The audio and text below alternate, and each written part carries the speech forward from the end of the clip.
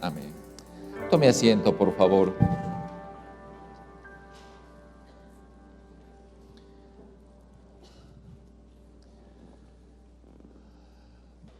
Los especialistas dicen que un axioma es una verdad evidente que no requiere ser demostrada y que cuando se le considera axioma, uno asume que es una verdad que ahí está.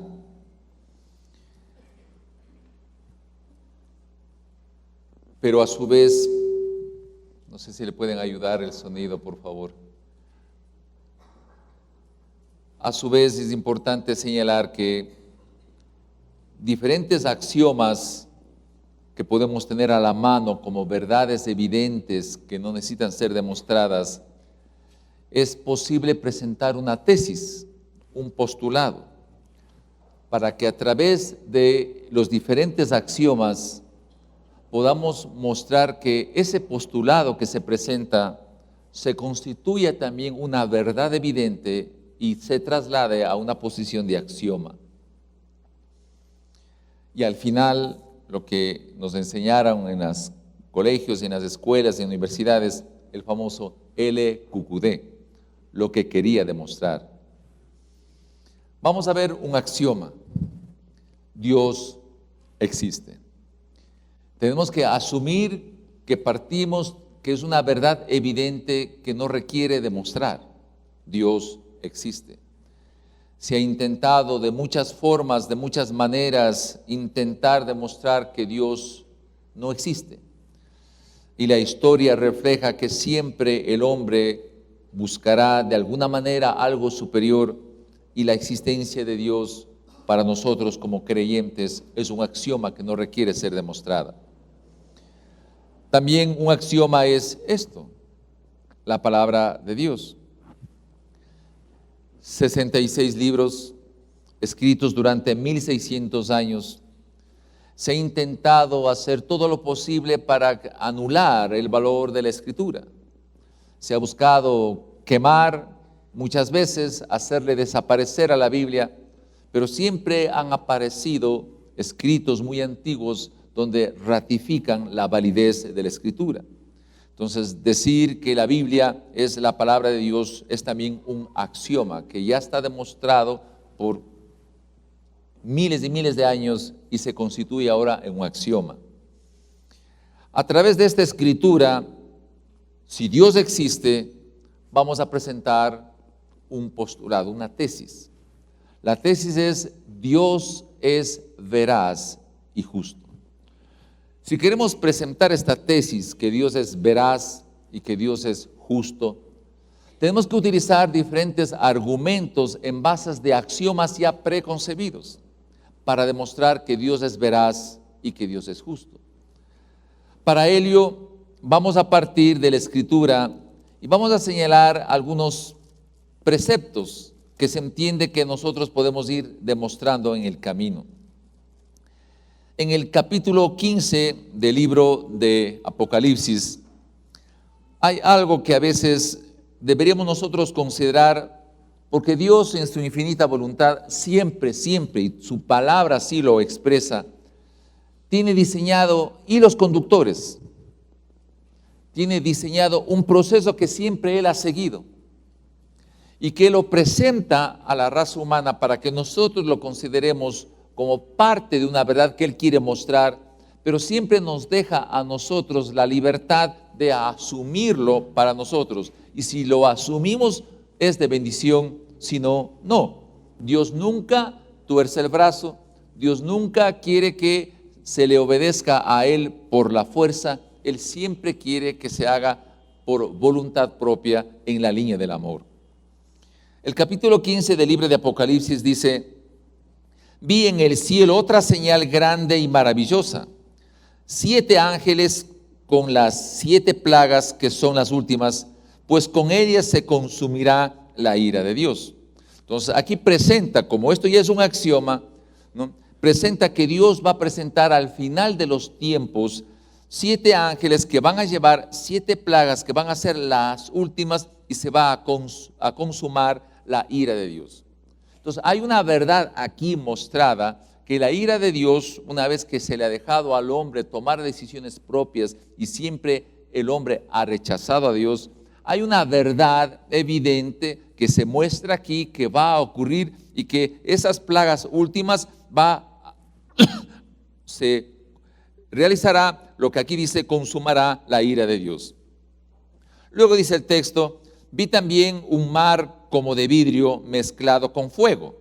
De pie a las orillas del mar estaban los que habían vencido a la bestia, a su imagen y al número de su nombre. Tenían las arpas que Dios les ha dado y cantaban el himno de Moisés, siervo de Dios, y el himno del Cordero. Entonces, un axioma es que esta palabra de Dios muestra y garantiza que al final de la vida de los tiempos, después de que se genere la tribulación, aquellas personas que hayan vencido a la bestia, que no se han dejado marcar con el número de la bestia que hemos estado hablando, ellos van a recibir una arpa de parte de Dios y van a cantar el himno de Moisés, israelita judío, y también el himno del Cordero de Dios, que es Jesús, israelita judío. Luego en el versículo 5 dice: después de esto miré, y en el cielo se abrió el templo, el tabernáculo del testimonio. Del templo salieron los 7 ángeles que llevaban las 7 plagas. Y al final, como un axioma, al final de la escritura, al final de la historia del tiempo del ser humano, presenta a Dios que Moisés, hay un himno de él, hay un himno del Cordero, y hay un tabernáculo en el cual de ahí salen los 7 ángeles con sus 7 plagas últimas. La tesis que estamos presentando es que Dios es veraz, que Dios es justo. Y ha utilizado a un pueblo, el pueblo de Israel, que es la única nación que tiene origen, principio, historia y final, reflejado en este libro, la Biblia, y que se ha mantenido bien claro todo lo que Dios quiere hacer con este pueblo de Israel. Pero hay una cosa interesante, miren lo que dice ese canto, que estas personas que vencieron a la bestia lo cantan. ¿Cuál es el himno de Moisés y el himno del Cordero? ¿Cómo se lo expresa? Dice así: grande y maravillosas son tus obras, Señor Dios Todopoderoso. Y eleva, ¿no?, a tesis: justo y verdaderos son tus caminos, Rey de las naciones. Y le empieza a vincular en ese himno, que es de Moisés y del Cordero, que Dios es grande, todopoderoso, pero que también es justo y veraz en todos sus caminos, y que tiene el control para todas las naciones. Entonces, la propuesta de este mensaje es analizar en función de la historia bíblica, un axioma ya demostrado que es veraz, cómo Dios se muestra como veraz y justo a la vez a lo largo de la historia del pueblo de Israel. Nosotros tenemos que ser conscientes, y se entiende que nosotros estamos asumiendo una verdad histórica. ¿Cuál es esa verdad histórica?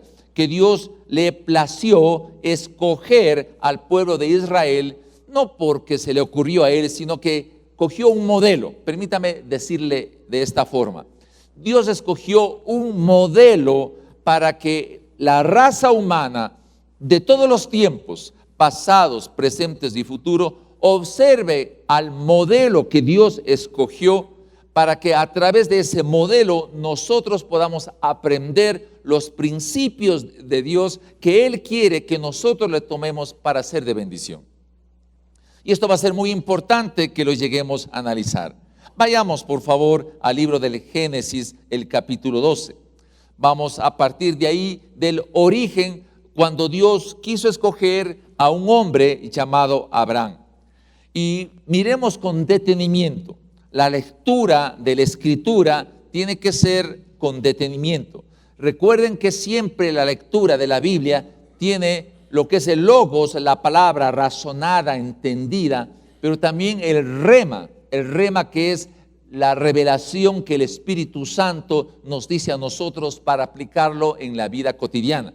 La ventaja de la palabra de Dios, de la Biblia, a diferencia de cualquier libro que se pudo haber escrito, es que este rema tiene la particularidad de que este libro es acultural y atemporal.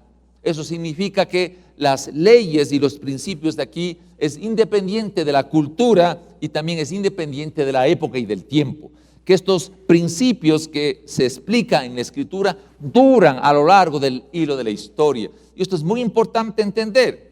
Por esta razón es para mí, desde mi lectura, es hermoso saber que él cogió un modelo, una nación, la nación de Israel, que queda en el Medio Oriente, muy diferente a nuestra cultura ecuatoriana, muy diferente a la cultura de China, muy diferente a la cultura de cualquier país. Sin embargo, esos principios que Dios estableció y cogió como modelo al pueblo de Israel, nos sirven a nosotros como ecuatorianos, sirven a los chinos, sirven a los rusos, sirven a cualquier cultura. Noten lo espectacular que es la Biblia, que los principios de desarrollo sea acultural y atemporal. Esto es sumamente importante. Por lo tanto, lo que aquí está me sirve a mí y a cualquier ser humano bajo el cielo. Esto es una cosa maravillosa. Entonces Dios toma a un hombre y le dice así en los primeros versos del capítulo 12. El Señor le dijo a Abraham: deja tu tierra, tus parientes y la casa de tu padre y vete a la tierra que te mostraré. Haré de ti una nación grande y te bendeciré. Haré famoso tu nombre y serás una bendición. Bendeciré a los que te bendigan y maldeciré a los que te maldigan. Y por medio de ti serán bendecidas todas las familias de la tierra. ¿Qué quiso decir el Señor a través de esto? Y yo, ecuatoriano, usted como yo, ¿qué estamos ligados a lo que aquí dice? Un texto de 2000 años antes de Cristo, por redondear. ¿Qué tiene que ver conmigo en el tiempo actual? ¿Dónde está esa particularidad de lo que el texto bíblico me puede ayudar a mí? Veamos primero las características del llamado a una persona. Ahora voy a hacer yo una especie de un comparativo. Si Dios le llamó a Abraham un hombre, Dios le puede llamar a usted. Dios me puede llamar a mí. ¿Cuáles son las características de un llamado? ¿Qué hace Dios cuando llama a las personas? A ver, hermanos queridos, por favor. Somos facilitos de distraernos, ¿sí? Facilito de distraernos. Esto es importante, va a definir su vida, sí, va a definir su vida, va a definir su vida. ¿Qué características tiene cuando Dios llama? Ese sería el punto. Recuerde que el axioma es una verdad evidente que no requiere demostrar. Y la Biblia es ya un axioma para nosotros. El postulado es: Dios es veraz y Dios es justo. Dios llama a Abraham. ¿Qué características tiene ese llamado cuando Dios hace a un hombre? Él le dice: sal de tu tierra, de tus parentela, de la casa que de tu padre, y vete a la tierra que te mostraré. Aquí hay algo específico. Cuando Dios nos llama, pongo en plural, no solamente aplicado a Abraham, sino también a cualquiera de nosotros. Cuando Dios llama, nos presenta una alternativa y dice: deja tu casa, deja tu pasado, no importa lo que hayas hecho, lo que hayas sido, deja todo lo pasado. Ahora yo te estoy llamando para un propósito determinado. ¿Quieres aceptar mi llamado? Por lo tanto, cuando Dios llama a alguien, hay que dejar el ayer, hay que dejar el pasado. No se puede vivir del pasado ya. Dios le llama a una nueva aventura, a una nueva historia que hay que marcar en el futuro. Y dice el texto: y te mostraré, y vete a la tierra que te mostraré. No le dice Dios a Abraham: vete a tal parte, a tal zona de la tierra. No le dice para nada. Por lo tanto, Abraham tenía que tomar una decisión. Dejar su riqueza, porque era un hombre rico, vino de Ur de los Caldeos, de lo que hoy es Irak. tenía su comodidad, todo, y tomó la decisión de salir de su estado cómodo para tomar un paso de fe, y salió sin saber a dónde iba, dice la Escritura en el Nuevo Testamento. Es interesante, por lo tanto, cuando hay un llamado, querido amigo, querida damita, querido varón, Dios le llama a usted, debe dejar el pasado y debe tomar decisiones de fe y seguir al llamado de Dios, a veces sin saber para dónde va.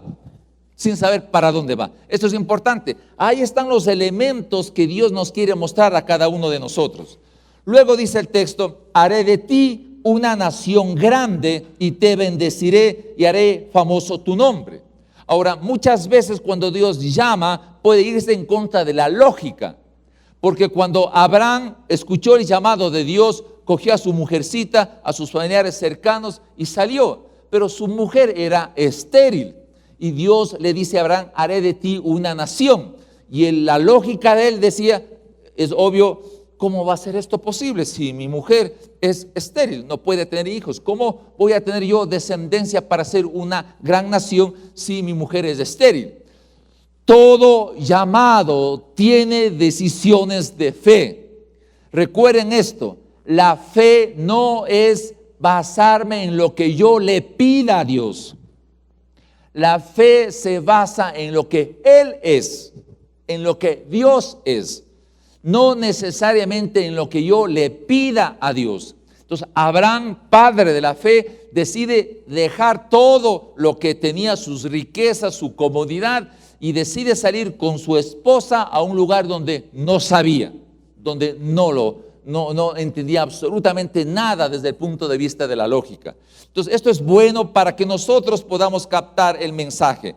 Y le ofrece: voy a hacer de ti un hombre famoso y serás una bendición. Hay que definir bien las palabras. No dice el texto: te daré una bendición. Dice: serás una bendición. Voy a hacer un paralelo. ¿Dios tiene amor? ¿Dios tiene amor? Dios no tiene amor. Dios es amor. Entonces, una cosa es que se me diga, ¿no? Yo voy a recibir una bendición, que decirme: yo soy una bendición. ¿Notan lo gran diferente que es? Una cosa es recibir una bendición y otra cosa muy diferente es que yo soy una bendición.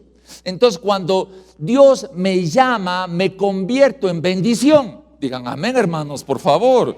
Cuando Dios me llama, me convierto en una bendición. No es que me da una bendición, soy una bendición. Y esto cambia completamente el concepto de la historia humana. Y así lo dijo a Abraham.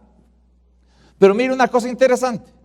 Luego le dice a Abraham: bendeciré a los que te bendigan y maldeciré a los que te maldigan.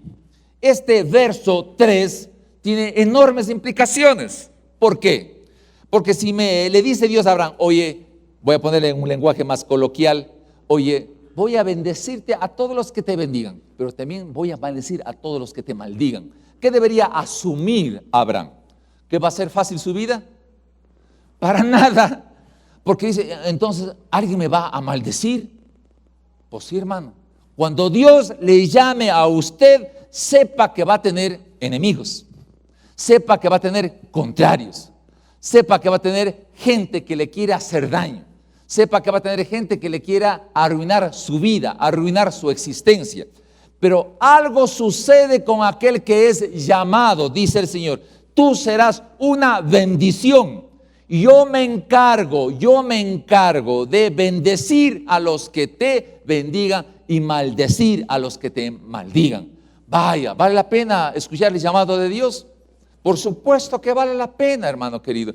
Nosotros somos siempre como el café instantáneo. Todo queremos nosotros así, ¿no?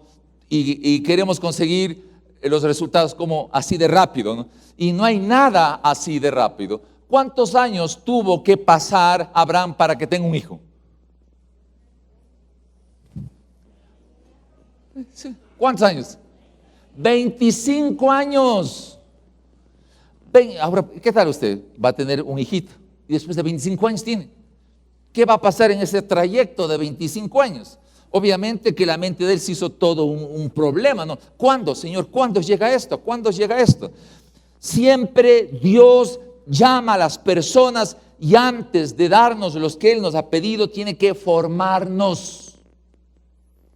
Tiene que trabajar con nosotros, con nuestro carácter, con nuestra forma de ser. Porque siempre nosotros tenemos un problema en nuestro carácter, nuestra forma de ser. Todo queremos rápido, todo queremos ya, en ese momento. Y no es así. Es necesario formar un carácter para ser bendición.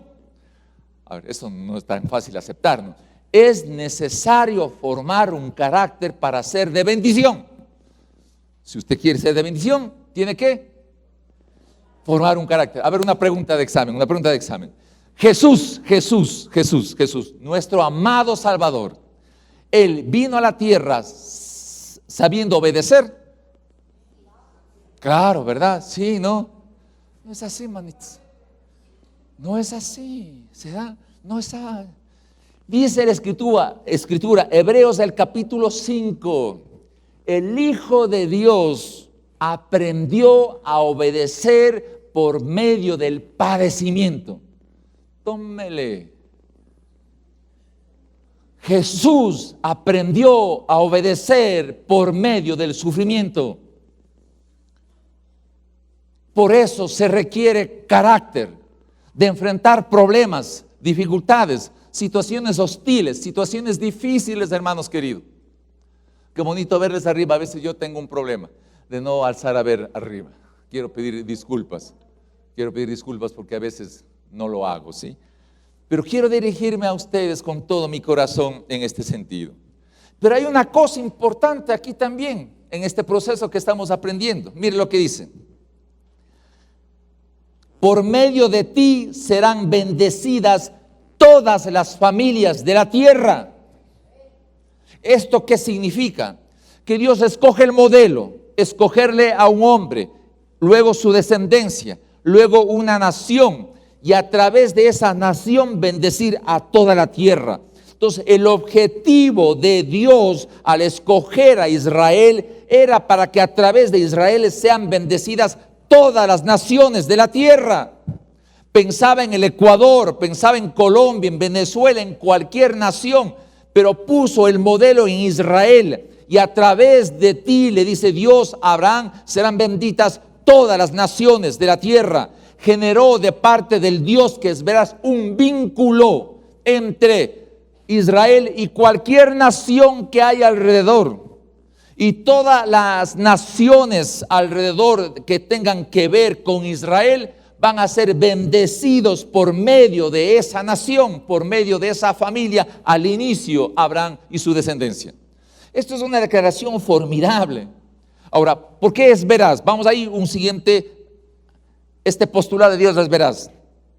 Las naciones que han estado alrededor de Israel han sido el ejemplo verídico a lo largo de la historia de esta declaración que Dios hizo a Abraham. La primera nación que tuvo que ver con Israel fue Egipto. Recuerden ustedes toda la historia que sucedió Israel y Egipto. La segunda nación, imperio poderoso, que tuvo conectado con Israel fue Asiria, el gran imperio Asiria, que era gente extremadamente fuerte, violenta, en gran extremo. Ellos cortaban la cabeza y jugaban fútbol, por así decirle, con las cabezas de sus enemigos.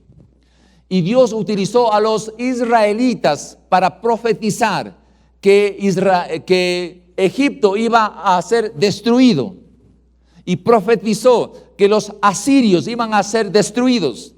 Luego se levantó otra gran nación, Babilonia, y utilizó Dios a los israelitas para profetizar que Babilonia iba a ser destruida muchos años antes de que sean siquiera un poder mundial.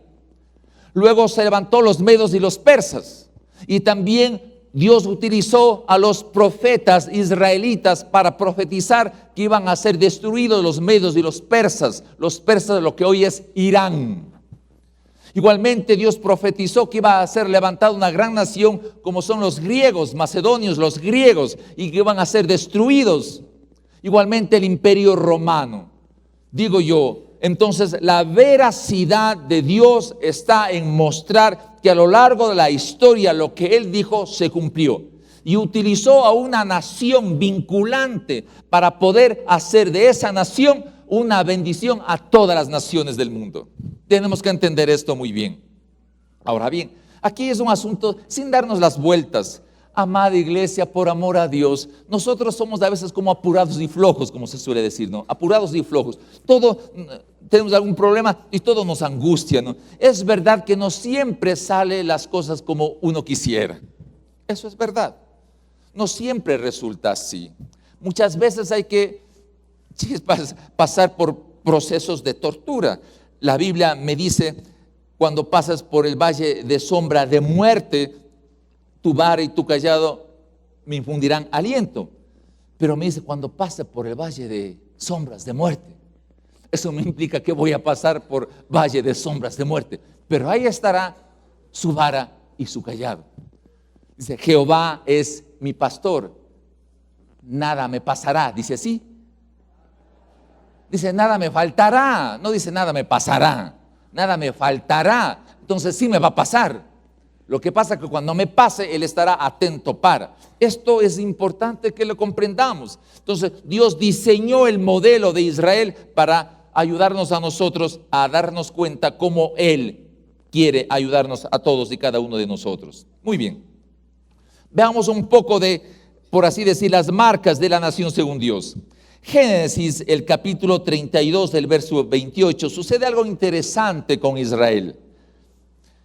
¿Cómo surgió Israel? Si primero estamos hablando de Abraham. Abraham tuvo un hijo, Isaac. Isaac tuvo 2 hijos, Esaú y Jacob. Jacob tuvo 12 hijos, como sabemos nosotros la historia.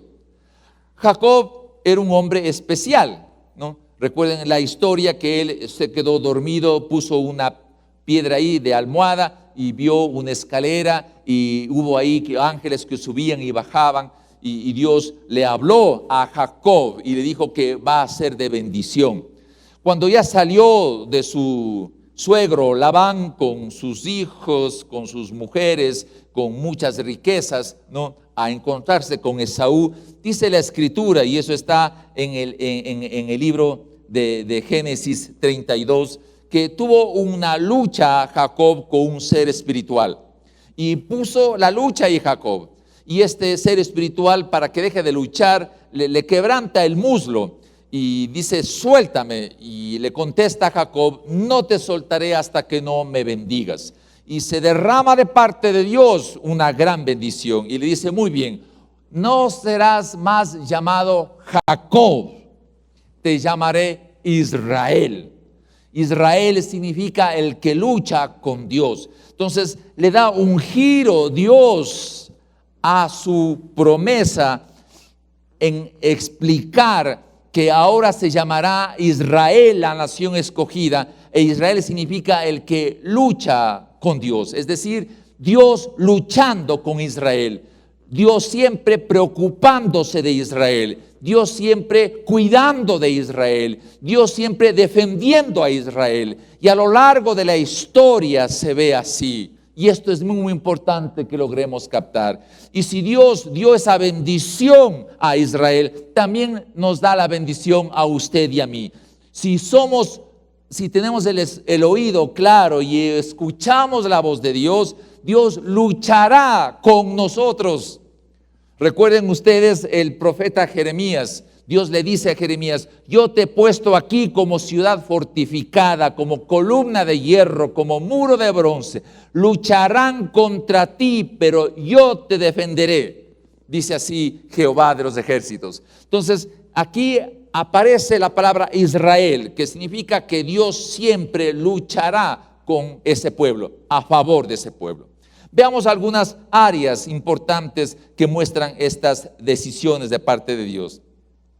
Génesis 41 se ve la historia de José. Todos nosotros sabemos la historia de José. José fue despreciado por sus hermanos, fue vendido por sus hermanos, le metieron en un hueco, compraron los mercaderes, le llevaron a un lugar fue por su habilidad financiera, llegó a ser un buen administrador de Potifás, recuerden la historia, pero la mujer de Potifás le quiso seducir, él salió corriendo y fue puesto en la cárcel porque esta mujer lo dijo que le abusó de ella, cosa que no ocurrió.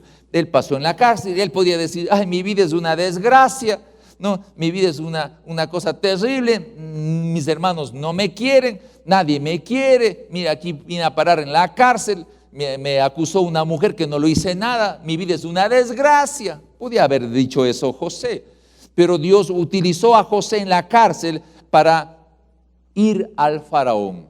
Fue al faraón y José le interpreta los sueños. Ustedes conocen la historia de las 7 vacas flacas, las 7 vacas gordas. Y a través de José, por interpretar los sueños del faraón, Egipto se convierte, por así decirlo, en el almacén de productos para todo el mundo conocido de ese entonces. Fue bendecido Egipto por José, israelita, judío. Entonces, mire cómo a lo largo de la historia Israel siempre ha tenido que ver en los grandes acontecimientos mundiales. Israel ha tenido de una o de otra manera una parte de la historia. Y esto hay que aceptar que es una realidad. Dios enfocó en Israel y a través de Israel quiere bendecirnos a todos nosotros. En Génesis 49, cuando ya Jacob muere, empieza la descripción profética de lo que iban a hacer cada uno de los hijos. No era que los hijos de Jacob eran peritas en dulce, para nada. Eran unas personas bien complicadas cada uno de ellos, ¿no? La historia marca que algunos recibieron bendiciones de Dios, pero otros eran terribles, hicieron siempre lo malo delante de los ojos de Dios. ¿Qué quiere decir esto? Que Dios sabe que nosotros también somos seres humanos, que vamos a tomar buenas decisiones, pero también vamos a tomar malas decisiones. ¿Cuál es el modelo con Israel? Dios le dice a Israel, verán, si hacen esto, les va a ir bien. Si hacen tal cosa, les va a ir mal. Aprendan a aceptar las consecuencias de sus malas decisiones. Deuteronomio capítulo 28. Aprendan a aceptar las consecuencias de las malas decisiones. Híjole, ¿eso implica que para nosotros nos sirve esto? Pues claro, tenemos que aceptar las consecuencias de nuestras malas decisiones. Todas las cosas malas que nosotros hacemos, las guerras como seres humanos, no es cuestión que Dios manda una guerra, sino que nosotros somos tosudos en nuestra forma de ser, que producimos las guerras que lamentablemente se han producido a lo largo de la historia. Y esto es realmente tremendo. Miren ustedes, ¿qué sucedió con las marcas de amor y de juicio? Salida de Egipto, milagros, señales en el libro de Éxodo, Levítico, Número, Deuteronomio. Marca siempre en estos libros cómo se debe comportar el pueblo de Israel con Dios, pero también cómo debemos nosotros comportarnos con Dios. Ese es nuestro comparativo. Los errores del pueblo de Israel nosotros no le debemos cometer. Vamos a poner algunos ejemplos, ¿sí? Para poder ubicar bien. Si nosotros recordamos por ejemplo, en Números 12, si ustedes se acuerdan, Números 12, ya estaba ahí Moisés con el pueblo de Israel en el desierto. Y quiero que me escuchen bien porque esto es aplicable en el tiempo actual. Recuerde que la palabra tiene esta característica especial que a través de lo que el Espíritu Santo nos muestra, la palabra de Dios es aplicable en el tiempo actual. Moisés, autoridad en ese tiempo del pueblo de Dios, estaba en el desierto. Y a Moisés se le ocurre casarse con una mujer cusita. La ley decía que si Moisés tenía que casarse con una mujer de su pueblo, israelita, pero él se le corrió la teja y le gustó una mujercita por ahí y se casó con la mujer cusita. María y Aarón, hermanos de Moisés, murmuraron la acción de el que ejercía en ese tiempo la autoridad espiritual. Y dijeron, ¿Acaso Dios no nos va a utilizar a nosotros para seguir guiando a este pueblo? Ya no hace falta Moisés, dice el texto del capítulo 12 del libro de Números, que murmuraron contra Moisés. Entonces, ¿qué viene? ¿Qué hace Dios? Dios baja en su nube de poder, rodea el tabernáculo y habla con María y Aarón. Le dice: oigan, muchachos, cuando yo quiera levantar un profeta de ustedes, yo le hablaré por medio de sueños, pero no así a mi siervo Moisés, que es el hombre más humilde de toda mi casa. A él le hablaré cara a cara. ¿Cómo se atrevieron ustedes a murmurar contra él? ¡Wow! Eso es tremendo. Y ustedes saben la situación de esta mujer que quedó leprosa. Entonces hay un principio realmente que está marcando aquí que no debemos nosotros hacer. Que a lo largo de la historia del pueblo de Israel se ve esta tendencia muy clara en el pueblo de Israel, que murmuraba continuamente contra Dios y sus autoridades.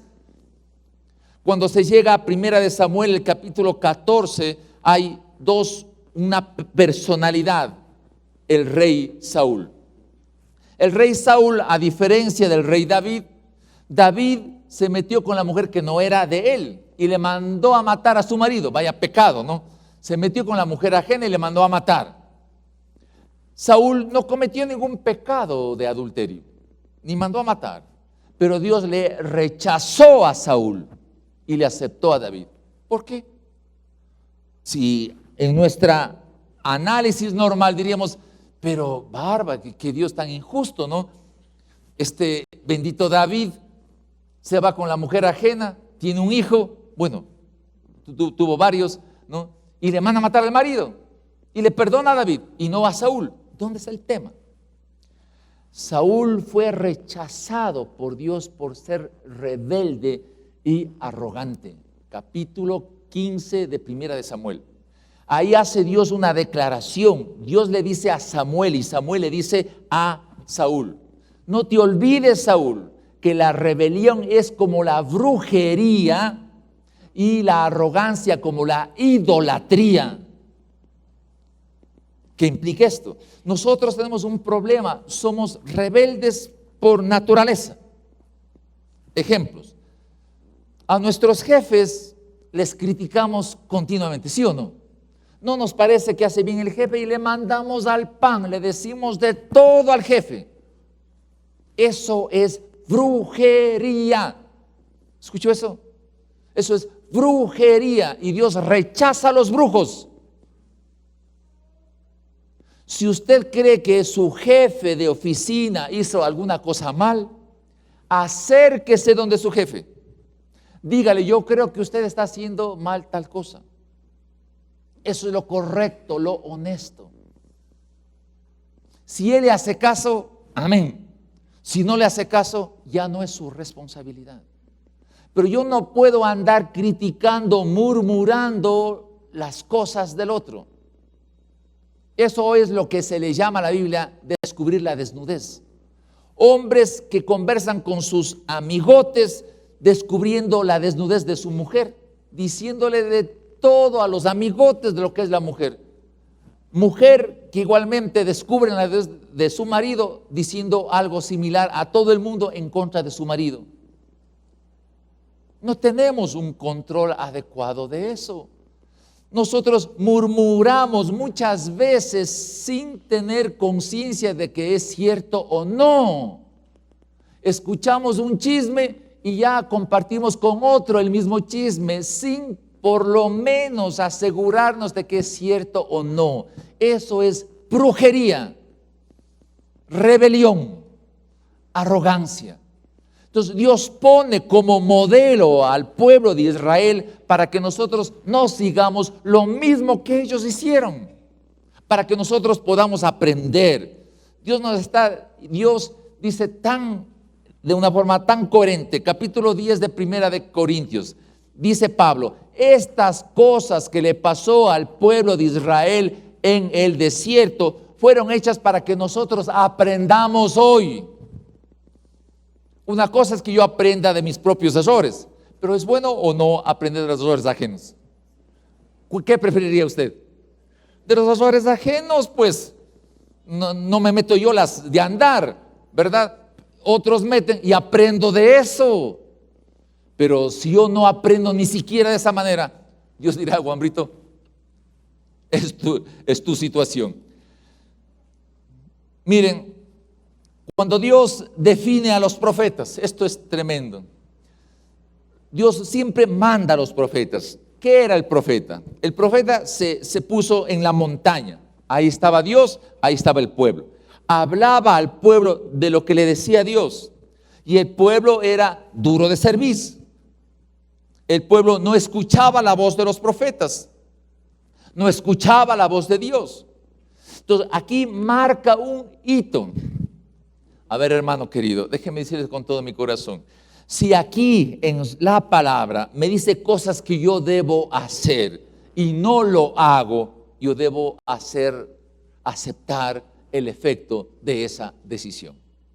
No debo culpar a nadie, no debo culparle a Dios, no debo decir que Dios me tentó, porque Dios no tenta a nadie, ni es tentado por nadie, sino que, como dice Santiago, nuestra propia deseos, cuando son arrastrados y me seducen, yo tengo la habilidad de que mi deseo, cuando es seducido, gesta el pecado, y cuando gesta el pecado se desarrolla, da luz a la muerte. Esa es la morfología del pecado.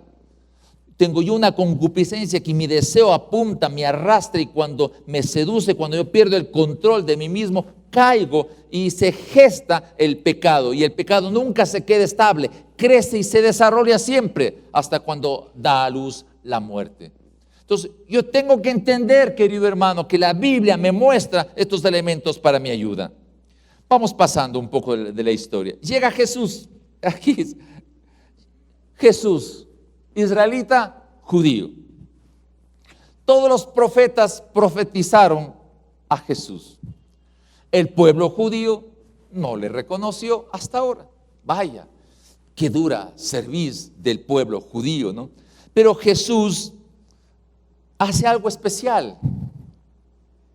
Mire cómo cambiamos el entorno de la historia. ¿Qué hacemos en Semana Santa? ¿Qué cree que va a hacer Quito, el Ecuador, en esta semana que viene? ¿No? ¿Qué va a hacer como cultura de Semana Santa? Cómela fanesca. Entonces, chispas, Semana Santa es fanesca, pues no. Y hay que comer la fanesca en Semana Santa, ¿sí o no? O hay que ver una película, pues no. Por Semana Santa voy a ver una película, me siento, veo una película, pobrecito, ver a Jesús, y cojo el canguil, y cojo el jugo, y cojo las colas, y vi una película por Semana Santa. Entonces tengo satisfecho de alguna manera mi necesidad religiosa, espiritual, de celebrar, entre comillas, la Semana Santa. Nunca entiendo realmente qué significado tiene la Semana Santa. Por eso yo les invito a este viernes, vengan, se va a predicar sobre el siervo sufriente. ¿Qué significa realmente eso? ¿Qué fue la labor de Jesús? ¿Cómo realmente Jesús mató el pecado a través de su muerte en la cruz? ¿Qué hizo realmente Jesús? ¿Cuál fue la transformación? Viene Jesús, no le recibieron, todos le rechazaron, pero ¿qué hizo Jesús? Esta parte es para mí tan hermosa, pero tan triste a la vez, ¿no? Porque ni modo, somos así de difíciles, de complicados. Jesús viene a predicar al pueblo judío, recuerden, al pueblo judío, viene a predicar. Predica a los judíos y estos le rechazan. Pero uno dice, estos judíos medios duritos, no, medios necios, ¿verdad? Pero nos predican a nosotros y también igual. Y también igual.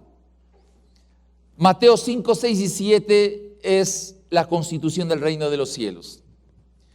Dice el texto, dichosos los pobres en espíritu, porque el reino de los cielos les pertenece. Dichosos los que lloran, porque serán consolados. ¿Qué quiere decir con todo esto? Nosotros nos hemos puesto realmente con profunda celeridad y con un compromiso examinar cuál es la constitución del reino de los cielos, aquí analiza en esta constitución lo que es la igualdad, lo que es la equidad, conceptos distintos. Aquí se manifiesta claramente qué significa ser sal y luz, qué significa cumplir la ley. Aquí me dice que cuando yo le miro con deseos a una mujer y me meto entre las piernas, ya he adulterado en mi corazón. La ley en el tiempo actual me dice que si es comprobable que yo robé, porque ahí me cogieron con las manos en la masa, como se suele decir, y la ley me dice va preso porque ahí están las pruebas de que robó.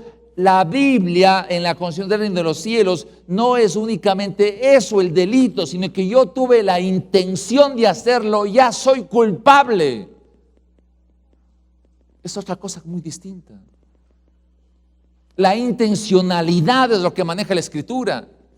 Eso nos lleva a tener un principio ético sumamente elevado. Y solamente por el poder del Espíritu Santo es subir mi nivel de ética.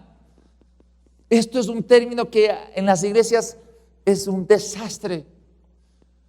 La ética no se lo mira como debería ser. Fallamos en la ética continuamente. Dios me presenta cómo debemos ayudar al necesitado, cómo debemos hacer, cómo es el concepto de dar, cómo debemos tener tesoros en el cielo, cómo es el concepto de juzgar a los demás, qué significa realmente saber que he sido llamado y a dónde debe apuntar mi vida como tal. Entonces Dios dice, fíjese, a través de Jesús, forma la iglesia. Ahí sabe el pueblo de Israel y le inserta en Israel a la iglesia. Y dice Jesús que la iglesia es columna y fundamento de la verdad. Y ni siquiera el infierno va a poder irse en contra de ella. ¿Qué es la iglesia? Viene aquí la pregunta, ¿no? Hemos dicho varias veces esto. ¿Qué es la iglesia? ¿Cuál es la iglesia del Batán? ¿El templo? No, nosotros. Por lo tanto, usted, señorita, es columna y fundamento de la verdad. ¡Wow! Usted es columna y fundamento de la verdad. Y ni siquiera el infierno puede contra usted, porque es la iglesia. O sea, el mismo demonio, el mismo infierno queda anulado frente a la persona que ha recibido a Jesucristo como Señor y Salvador. Eso es la iglesia, columna y fundamento de la verdad.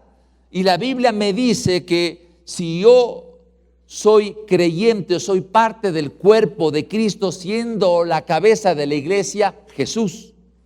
Este es el cuerpo. Yo digo a mi pierna, levántate pierna, y la pierna lo levanta, porque hay una orden de la cabeza hacia el pie y esta levanta. Si mi cabeza dice, pierna, levántate, y yo no puedo levantar la pierna, implica que hay un desfase entre la orden del cerebro y mi pierna. Hay un cortocircuito, está el cuerpo enfermo. Y la Biblia me dice que la iglesia es el cuerpo de Cristo, siendo Jesucristo la cabeza. Entonces nosotros somos parte de ese cuerpo de Cristo. Yo como pastor de esta iglesia soy una parte del cuerpo de Cristo. Ustedes son otra parte del cuerpo de Cristo. Y Jesús es la cabeza. Si Jesús en los capítulos 5, 6 y 7 habla a la cabeza, todo el cuerpo debe obedecer. Si no obedece el cuerpo a la cabeza, significa que el cuerpo está enfermo. Mire qué declaración más grandiosa. Si yo no estoy obedeciendo a la cabeza como parte del cuerpo, implica que la iglesia está enferma, que no puede obedecer lo que dice la cabeza. Entonces debemos tener tal armonía en Jesucristo por el Espíritu Santo, que si la cabeza Jesús, no hay pastor que sea cabeza de la iglesia. No hay ningún pastor en el mundo, bajo el cielo, que sea cabeza de la iglesia. Es Jesús la cabeza de la iglesia. Y si Jesús, la cabeza de la iglesia, nos dice algo a través de su palabra, yo debo obedecer. Pero a veces nosotros, hermanos queridos, perdón que diga esto, en los ministerios cada uno hace lo que más le parece. Se le ocurre nomás decir cualquier cosa. no consulta, decide cualquier cosa. Eso se llama fuego extraño. Los hijos de Aarón fueron consumidos por fuego por presentar fuego extraño. Somos rebeldes, no nos gusta alinearnos, siempre protestamos, por uno, por otro protestamos. En los cursos, mire, perdón que diga esto, en los cursos que estamos asistiendo de los talleres, ¿no? Va uno al otro día porque se da los lunes y los sábados, ¿no? Y a veces hacen pasar, yo estuve en la otra clase y hemos comprobado que algunos mienten. ¿Cómo puede ser eso? Y los talleres están claros, falta uno, ya no aprueba, punto, ya no aprueba, ya no pelee más, no aprueba. Pero ¿por qué? Siempre ponemos los peros. Estos somos rebeldes, somos brujos. La iglesia está a veces llena de brujos. Y Dios rechaza a los brujos, hermano, y rechaza a los arrogantes. Hermanos queridos, debemos despertar. Pero Dios nos dio a través de Israel esas enseñanzas. Viene el año 70 después de Cristo. Y Dios hace en su decisión, por supuesto, que pierda el territorio, deje de ser Estado Israel. Viene la dispersión del pueblo judío y se dispersa la nación. No pierde el concepto de nación, pero sí el Estado. Y deja de ser Estado el año 70 después de Cristo. Pasan 2000 años, 1948, ustedes tienen por favor en sus boletines toda una historia de Israel a lo largo de los años. No me alcanzó a poner todo, pero ahí está la información en su mayoría. Miren las cosas interesantes que suceden. Y claro, 1948 Israel volvió a ser nación. Frente a cualquier tipo de análisis que el mundo lo ha hecho, 1948 volvió a ser Israel Estado. El señor embajador de Israel pasó una invitación a la iglesia y me invitó a que vaya a una celebración de conmemoración, realmente sería el nombre, de la muerte de los 6 millones de judíos en Alemania con Hitler. Y yo no pude irme, realmente me dio una pena, no estaba ahí en ese rato. Y Dios me guió a escribir una carta al señor embajador. Y yo le puse, señor embajador, entre algunos de los puntos, lo que le sucedió al pueblo judío en el tiempo de Hitler se cumple exactamente lo que dice estos textos bíblicos. Y le mandé adjuntando todos los textos bíblicos para indicar por qué tenía que pasar Israel en tiempo de Alemania como pasó. Pero también le decía, pero en 1948 volvió a ser el Estado Israel. Y le mandé todos los textos bíblicos que indican por qué tenía que volver a ser Estado Israel en 1948. Y le puse en esa carta lo que Ben Gurión mencionaba como primer ministro, cómo debe ser un comandante, un general en el manejo del concepto de la guerra. Y también le puse cuáles fueron las declaraciones que hizo el primer ministro actual de Israel en las Naciones Unidas cuando él dice la profecía y abrió la Biblia, el primer ministro actual, y señaló de que Israel llegará el tiempo en que sembrará sus viñedos y comerá de sus viñedos y nunca más saldrá de esa nación. Y él dijo en las Naciones Unidas, Israel llegó a su tierra y nunca más saldrá de ahí. Y cerró la Biblia y habló en inglés y habló en hebreo. Entonces le mandé esa carta, ¿no? y respondió el señor embajador con palabras muy hermosas, pero me llamó la atención el día viernes que estuve en Guayaquil, donde el embajador de Israel invita al pastor David Mutre, presidente de la Iglesia Nacional, a una reunión en la Embajada de Israel para ver cómo realmente va a trabajar con la iglesia evangélica. Yo me llené de entusiasmo, por supuesto, pero sin lugar a dudas, desde la perspectiva bíblica, ¿no? Israel es el pueblo de Dios y nosotros somos unos con Él. En Efesios, el capítulo 2, del verso 14, dice el texto claramente que el pueblo judío y los pueblos gentiles es uno solo. Ya no hay judíos, ya no hay gentiles, es uno solo. Dios está mostrando vez tras vez que nosotros debemos recurrir al texto bíblico para ver lo que le está pasando a Israel, que no nos pase a nosotros. Pasa el tiempo, viene la gran tribulación, la iglesia va a ser arrebatada, como hemos hablado en el texto de 1 Tesalonicenses 4, del 16 al 17. Viene la tribulación del capítulo 6 al verso 19. Luego se presenta el milenio donde Jesús viene a reinar en el mundo. Apocalipsis capítulo 20, durante 1000 años. Luego del capítulo 20, el capítulo 21 habla de cielos nuevos y tierra nueva. El universo va a ser completamente cambiado, transformado. Y el árbol de la vida vuelve a reaparecer como fue en el inicio, en el capítulo 22 del libro de Apocalipsis. Pero en ese trayecto, Dios, utilizando el capítulo 17 y 18, que va a ser predicado de esta semana a la siguiente, sobre el tema de lo que es Babilonia, la gran ramera del Apocalipsis. Vamos a hacer un análisis profundo de todo lo que a nosotros nos ocurre, porque alguien mencionaba esto de que nosotros somos evangélicos, pero si rascamos un poquito nuestra piel, ahí está lo católico. Entonces, ¿cuál es la estructura realmente de la iglesia? ¿Quién es la gran ramera? ¿Quién es la gran ramera? Con temor y temblor tenemos que confrontar eso, porque 2 capítulos completos del libro de Apocalipsis se refiere a esto, a la gran ramera del Apocalipsis. Necesitamos obligadamente analizarlos. Termino, queridos hermanos, con lo siguiente. Quiero que me escuche bien para terminar. Esta ecuación, orden más caos igual realidad. Orden más caos igual realidad. El orden siempre será diferente de cero y el caos también siempre será diferente de cero. Pero si el orden es mayor que el caos, tendremos una realidad positiva. Si el orden es mayor que el caos. Pero si el orden es menor que el caos, tendremos una realidad negativa, que es lamentablemente la situación actual. Hay más caos que orden. ¿Quiénes somos nosotros?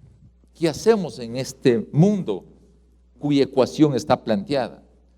Nosotros somos parte del orden, porque nosotros no traemos bendición con el Evangelio. Nosotros somos bendición en el Evangelio. Somos bendición en el Evangelio. Entonces nosotros somos aportadores al orden. Eso somos nosotros. Aportamos al orden. Evitamos los caos. Evitamos las circunstancias atroces que el mundo está pasando, hermanos queridos. Somos partes del orden y necesitamos de todas las especialidades que vengan al orden. Necesitamos músicos que entren al orden. Necesitamos ingenieros que entren al orden, necesitamos todos los seres humanos que entren al orden, necesitamos químicos, científicos que entren al orden, porque si ellos no entran al orden, va a haber más caos. Un dato impresionante.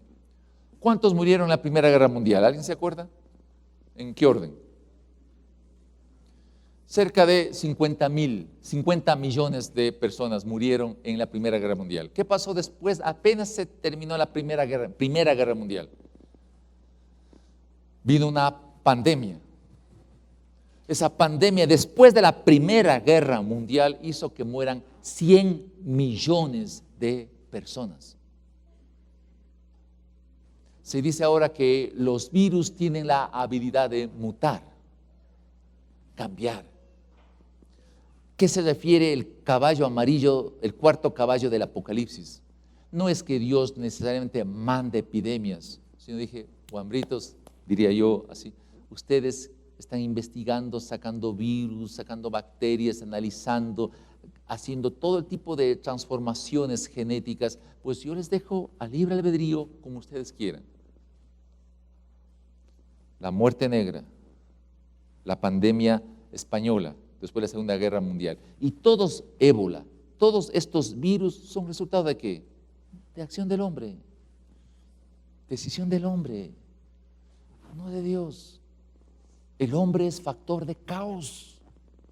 El hombre es generador de caos.